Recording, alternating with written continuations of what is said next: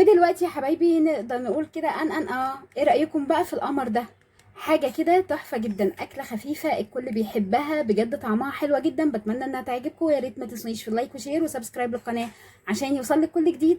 بجد الأكلة وصفتها سهلة جدا وخفيفة وطعمها حلوة جدا، بتمنى ان هي تعجبكم وتقولوا لي كده في الكومنتات إذا كنتوا بتعملوها بنفس الطريقة ولا لأ، وإذا كنتوا بتعملوها بطريقة تانية يا ريت تبعتوها لنا ونعملها مع بعض، ننفذها مع بعض ونشوف الطريقة ازاي.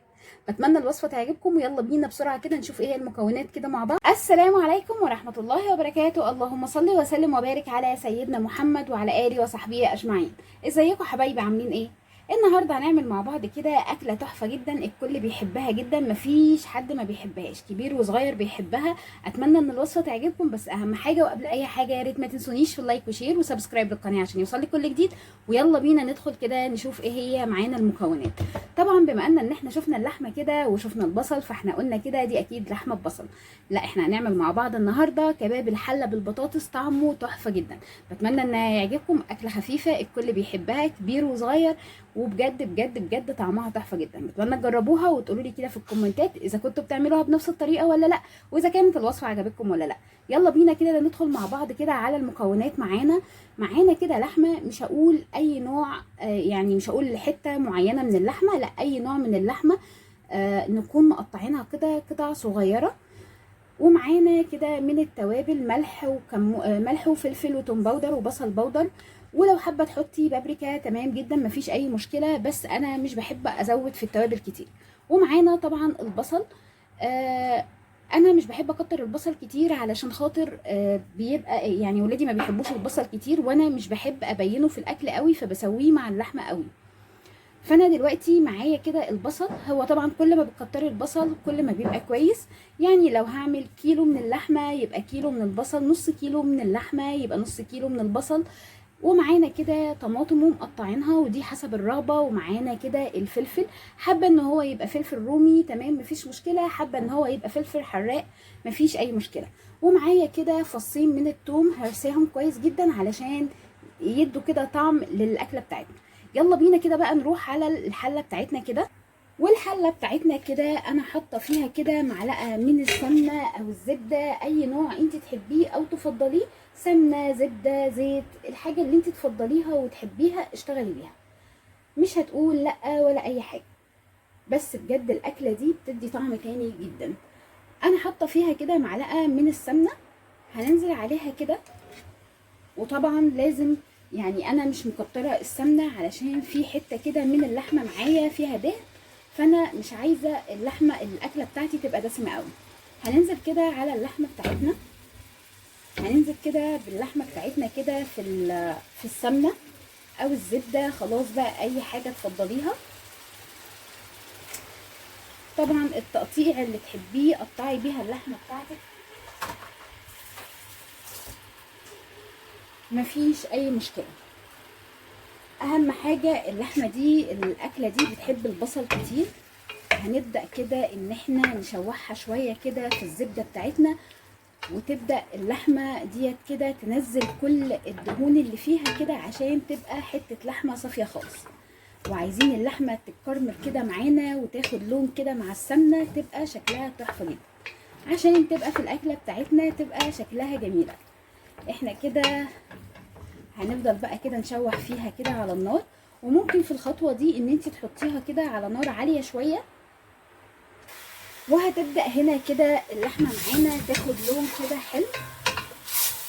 احنا عايزينها تتكرمل كده، واكتر حاجه تخليها تتكرمل معانا بسرعه جدا هي ان احنا نحطها كده على نار عاليه شويه كده علشان خاطر تتشوح معانا وتاخد لون حلو كده. بس بجد الاكله دي تحفه جدا، الكل بيحبها والكل محدش بيقدر يقول عليها لا. عملناها مع بعض قبل كده بطريقه حلوه جدا وكانت سهله واتطلبت مني كتير، وقلنا هنعملها مع بعض، وجه الوقت دلوقتي ان احنا نعملها مع بعض. اتمنى ان الوصفه تعجبكم، واذا كنتوا بتعملوها بطريقه اي طريقه تانية يا ريت تقولوا لنا كده في الكومنتات اذا كنتوا بتعملوها باي طريقه تانية. احنا كده هنفضل نشوح فيها. طبعا الاكل مش ليه مقاييس معينه، كل حاجه لا لازم تتعمل بالسنتي والكلام ده لا، في ناس كتيره قوي بتعمل الاكل بطريقه تانية خالص، وبجد بتبقى الاكل طعمه تحفه جدا. ورونا كده ابداعاتكم وقولوا لنا كده اذا كنتوا بتعملوا الاكله دي بنفس الطريقه، واذا كنتوا بتعملوها بطريقه تانية يا ريت تقولوا لنا كده في الكومنتات عشان نعملها مع بعض بنفس الطريقه اللي انتوا بتعملوها دي. هنفضل نشوحها كده عشان عايزين اللحمه معانا تاخد لون حلو كده، ونرجع تاني مع بعض نشوف نكمل وصفتنا ازاي. ومعانا كده في الخطوه دي طبعا احنا شايفين كده معانا اللحمه الحته اللي كان فيها دهن كده بدا الدهن بتاعها كده ينزل معانا في التسويه، وبكده ما نبقاش عملنا الاكل بسمنه كتير او بزبده كتير وتبقى الاكله دسمه معانا. هننزل كده عليها بورقتين كده من الروله،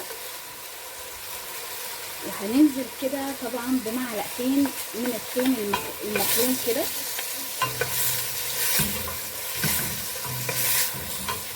طبعا هناخد للاكل ريحه تحفه جدا. هنبدا كده نشوحها كده مع بعضها.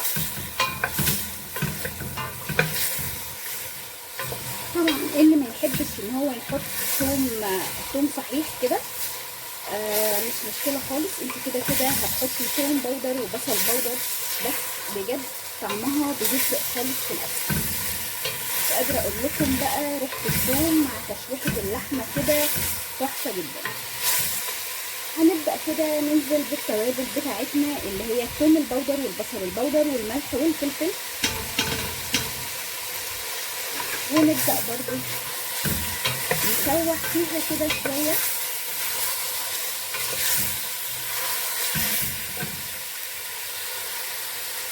ومعانا كمان كده نص مكعب من مرقه الدجاج، بتدي طعم تحفه جدا. وهنا بقى كده هنبدا ان احنا نشوح اللحمه بتاعتنا حلو جدا علشان خاطر مش عايزينها تتلسع مننا، وهي كده هتاخد لون حلو جدا كده في الاكل.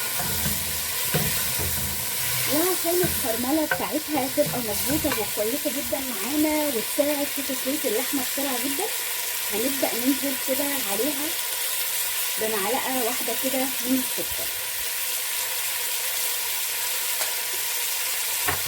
طبعا المعلقه دي ما بتبانش خالص كده في الاكل، بس بجد بتدي طعم تاني خالص في الاكل.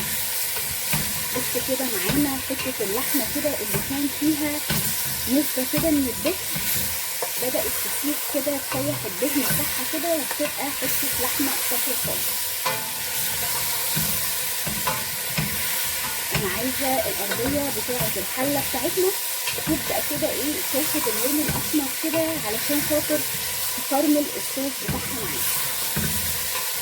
وهنا في المرحله دي كده هنبدا ننزل بالخضار بتاعنا، بس انا عايزاها تتكرمل شويه كمان عن كده. عايزه اللحمه بتاعتنا كده تكرمل حبه حلوين كده معانا علشان تاخدي اطعم حته لحمه بجد تاكليها دايبه خالص كده مع الرز. وكده نبدا نحطها كده على نار صغيره كده علشان الحله بتاعتنا ما تتلسعش معانا.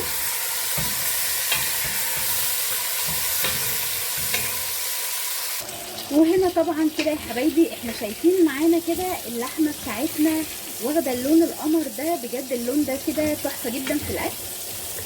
هنفضل برضو نشوح فيها، وطبعا الكرمره كده اللي في قعر الحله دي كده مش يعني الحله مش اتحرقت معانا ولا حاجه، دي كرمله كده من تشويحه التوابل باللحمه بالحاجات دي. عايزين اللحمه كمان تاخد لون معانا اكتر من كده.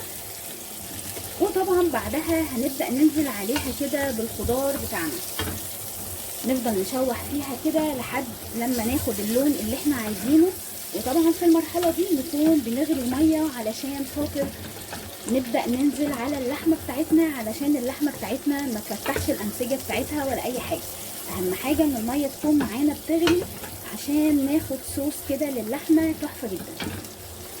طبعا كده اللحمه احنا كده اديناها نص سوا، يعني اديناها كده نص تسويه كده بسيطه عشان تدخل في السوا بتاعها بسرعه جدا. طبعا هنفضل نشوح فيها. واهم حاجه في المرحله دي ان احنا زي ما قلنا كده اول الوصفه تبقى على نار عاليه، وبعد كده عشان خاطر اللحمه معانا تتشوح وتاخد اللون القمر ده. وتاني حاجه بقى بعد شويه كده نبدا نعملها على عين صغيره علشان ما تحرقش معانا الوك بتاعتنا كده. بصوا كده معايا الحته اللي كانت فيها دهن كده بدأ الدهن بتاعها كمان يسيح كده مع الاكل، وهتبقى حته لحمه صافيه خالص كده بالشكل ده. احنا كده ما استخدمناش سمنه ولا زبده كتير قوي في الاكل، وكده الاكله بتاعتنا تبقى مش دسمه وتبقى صحيه وتبقى طعمها حلوه جدا. بتمنى تجربوها وتقولي لي كده في الكومنتات اذا كنتوا بتعملوها بنفس الطريقه ولا لا. هستنى منكم لايك وشير وسبسكرايب للقناه عشان يوصلك كل جديد. وطبعا كده احنا هنبدا نقشر معانا البطاطس ونقطعها التقطيعه اللي بنحبها كده في سوا الاكله دي. بجد طعمها بيبقى تحفه. الاكله دي كباب الحله بالبطاطس بتبقى طعمها حكايه. بتمنى تجربوها وتقولوا لي كده في الكومنتات اذا كنتوا بتعملوها بنفس الطريقه دي ولا لا، او اذا كنتوا بتعملوها بطريقه تانية يا ريت تقولوا لنا وتقولوا لنا كده على الطريقه اللي بتعملوا بيها الوصفه دي عشان ننفذها معاكم مره تانية. واذا كنتوا عملتوا الطريقه دي بنفس الطريقه بتاعتي يا ريت تقولوا لنا كده في الكومنتات اذا كانت الوصفه عجبتكم ولا لا. كده احنا هنفضل نشوح فيها كده لحد ما تاخد اللون اللي احنا عايزينه وتوصل كده للدرجه اللي احنا عايزينها. وهنرجع تاني مع بعض ونشوف كده الدرجه اللي احنا عايزينها في تسويه اللحمه بتاعتنا وشكل اللحمه بتاعتنا القمر دي هتكون ازاي، عشان نبدا ننزل عليها كده بالخضار بتاعنا. ودلوقتي يا حبايبي كده طبعا زي ما احنا ما شايفين اللحمه معانا بدات بقى كده تاخد اللون اللي احنا عايزينه، والقعر بتاعت الووك بتاعتنا كده بدات تتكرمل كده الكرمله اللي احنا عايزينها عشان تدي طعم حلو جدا في الاكل. خلاص كده احنا كده شايفين كده قطعه اللحمه عامله ازاي كده، هيبقى شكلها تحفه جدا في الاكل. بتمنى تجربوا الوصفه بنفس الطريقه. هنبدا كده ننزل عليها كده بالخضار بتاعنا. وطبعا الخضار معانا زي ما احنا سمعنا الصوت كده هيدي كرمله كمان، لان هينزل كل الميه اللي فيه الطماطم والفلفل والبصل، هينزلوا كده كل العصير اللي جواهم كده، وهتبقى الاكله معانا واخده معانا كده طعم تحفه جدا. طبعا كده احنا ضايفين معانا كل التوابل بتاعتنا، وهنبدا نشوحها كده شويه كده بالخضار بتاعنا. وطبعا كده الخضار هينزل كل العصاره اللي فيه. بجد طعمها تحفه جدا. بتمنى تجربوها وتقولوا لي كده في الكومنتات اذا كانت الوصفه عجبتكم. بصوا كده لما نزلنا على الخضار بقى بتاعنا كده بيها اللحمه معانا خدت لون تاني خالص غير اللي كنا نازلين عليها بالخضار، بس لونها كده انور جدا. هيبقى في التسويه بتاعتها فظيعه باذن الله. بصوا كده معايا الارضيه، مجرد الارضيه بتاعه الوok بتاعتنا كده مجرد ما نزلنا عليها بالخضار بدات تاخد كل الكرمله اللي كانت فيها، والكرمله دي بتدي طعم تاني خالص في الاكل. شايفين كده كل الخضار معانا عليه صوص كده لونه بني، بجد تحفه جدا.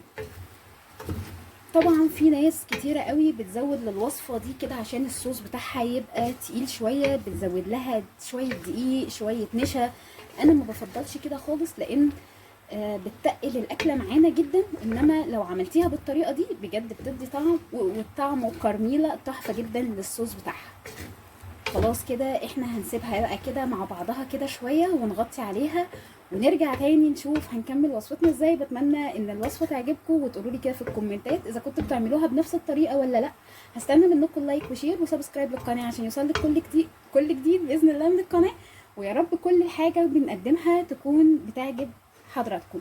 احنا دلوقتي نغطي عليها ونرجع تاني بعد شويه نشوف هنكمل وصفتنا ازاي. ودلوقتي يا حبايبي كده زي ما احنا ما شايفين كده الاكله معانا بدات تدخل كده البصل والخضار بتاعنا كده كله بدأ ينزل الصوص بتاعه كله على الكرمله بتاعه اللحمه. طبعا احنا شايفين كده الاكل بتاعنا كله كده متغلف بالصوص بتاع الخضار.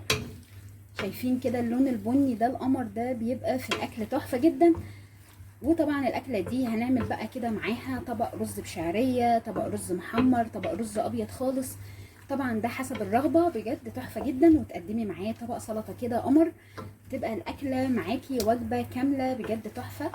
طبعا احنا كده دلوقتي هنبدا نقشر البطاطس وهنبدأ نقطعها التقطيع اللي احنا عايزينه في الوصفة بتاعتنا، ومش هنبدأ نزودها دلوقتي خالص بالمية بتاعتنا او اي مية ولا اي شوربة ولا اي حاجة. هنسيبها لحد لما تبدأ تنزل كل الخضار بتاعنا ينزل كده ميته، علشان عايزين دلوقتي يا حبايبي. طبعا زي ما احنا ما شايفين كده، انا حبيت ابين لكم كده معانا الوok بتاعتنا كده كلها نضيفة خالص من تحت. طبعا الخضار بتاعنا نزل كل العصير اللي جواه على اللحمة بتاعتنا كده وعلى الكرملة اللي تحت، بجد طعمها بتبقى تحفة. طبعا احنا شايفين الاكلة بتاعتنا كده كلها اتغلفت كده بالعصير البني بتاع الخضار كده والكرملة بتاعت اللحمة، بجد بتدي طعم تحفة جدا في الاكل. وكده خلاص احنا سايبين الخضار بتاعنا كده اللي هو الفلفل والطماطم والبصل ينزل كده كل العصير اللي جواه، عشان انا عايزه البصل بتاعنا كده يبقى دايب في الاكل خالص. وطبعا زي ما احنا ما قلنا كده، لو معاكي 2 كيلو من اللحمه يبقى 2 كيلو من البصل، معاكي كده كيلو من اللحمه يبقى كيلو من البصل. بس انا مش بحب اكتر البصل قوي عشان ولادي مش بيحبوه يبقى باين في الاكل. فانا كده خلاص ههري معايا كده البصله كده بالطريقه دي، بهري كده البصله كده في الاكل. وطبعا احنا شايفين اللون بتاعها بيتكلم عن نفسه بجد. بجد الاكله دي طعمها تحفه جدا، بتمنى تجربوها. وطبعا احنا لسه مش هنزودها باي ميه دلوقتي خالص، ولا لسه حطينا فيها ميه. وكده معانا اللحمه بدات تاخد نص سوا. طبعا اللي يحب الفلفل بقى حراق في الوقت ده في الاكله دي بتدي طعم تحفه جدا، بجد بتدي طعم حكايه. بس اللي عنده اطفال طبعا يتنازل شويه عشان خاطر الاولاد. طبعا احنا كده خلاص هنسيبها كده بقى شويه كمان علشان الخضار بتاعنا ينزل كل العصير اللي جواه، وتبقى الاكله معانا طعمها زي الفل باذن الله.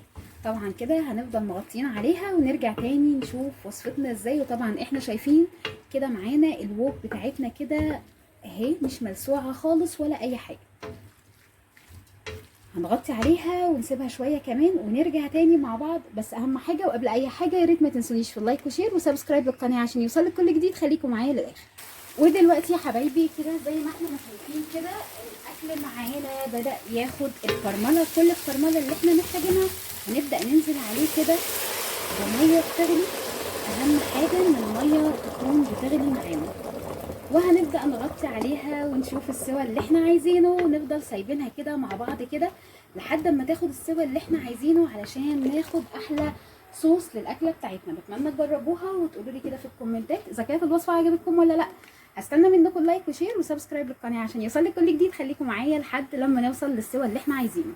دلوقتي يا حبايبي طبعا كده خلاص هي خدت السوى اللي احنا عايزينه. هننزل بقى كده عليها بالبطاطس ونديها تقليبه كده. بجد الاكله دي تحفه جدا.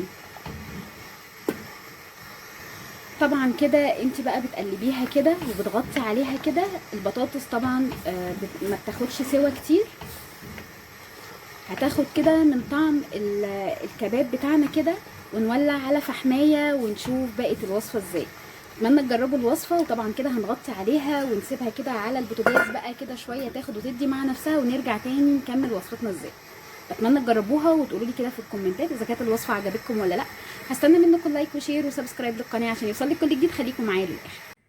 ودلوقتي يا حبايبي كده خلاص معايا كده استوت معايا كده اللحمه بتاعتنا بقت دايبه خالص اهي، دايبه خالص كده. بجد طعمها تحفه جدا. بتمنى تجربوا الوصفه وتقولوا لي كده في الكومنتات اذا كانت الوصفه عجبتكم ولا لا. هستنى من ومعاها البطاطس طبعا دايبه خالص، البطاطس ما بتاخدش سوا خالص. بجد الاكله دي تحفه جدا. بتمنى تجربوها وتقولوا لي كده في الكومنتات اذا كانت الوصفه عجبتكم ولا لا. هستنى منكم لايك وشير وسبسكرايب للقناه عشان يوصلك كل جديد. بتمنى ان انتوا تدعموني دايما باللايك والكومنت عشان يوصلك كل جديد باذن الله من القناه. بجد بجد الاكله دي طعمها تحفه جدا وخفيفه كده والكل بيحبها سواء كان كبير او صغير. بتمنى الوصفه تعجبكم وتقولوا لي كده في الكومنتات اذا كانت الوصفه عجبتكم ولا لا. هستنى منكم لايك وشير وسبسكرايب للقناه عشان يوصلك كل جديد. والسلام عليكم ورحمه الله وبركاته.